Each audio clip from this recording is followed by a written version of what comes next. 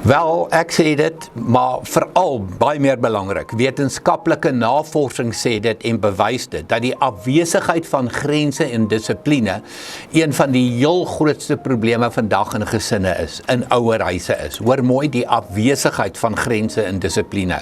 Ek is redelik oortuig dat die hele ding rondom tegnologie en skerms die nommer 1 probleem is.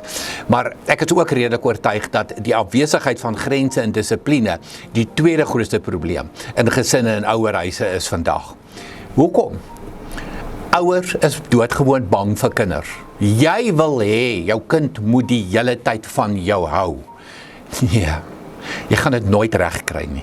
Ek sê altyd, wanneer jou kind die hele tyd, in alle omstandighede, in elke fase van hulle lewe, die hele tyd van jou hou, is jy verseker nie 'n goeie ouer nie. Want iewers het jy net meer wysheid, meer insig, wat gaan maak dat jy van jou kind gaan verskil, dat jy maak dat jy ander raad en 'n ander rigting vir jou kind gaan aanbeveel, en dit gaan jou nie gewild maak nie. Daarom is dit verskriklik belangrik dat daar moet grense wees in jou huis en dissipline in jou huis, van indien dit afwesig is, het jy 'n onverantwoordelike kind wat nie respek het vir ander mense nie, wat dink die wêreld draai om my. Kom ons stop dit, kry grense en dissipline.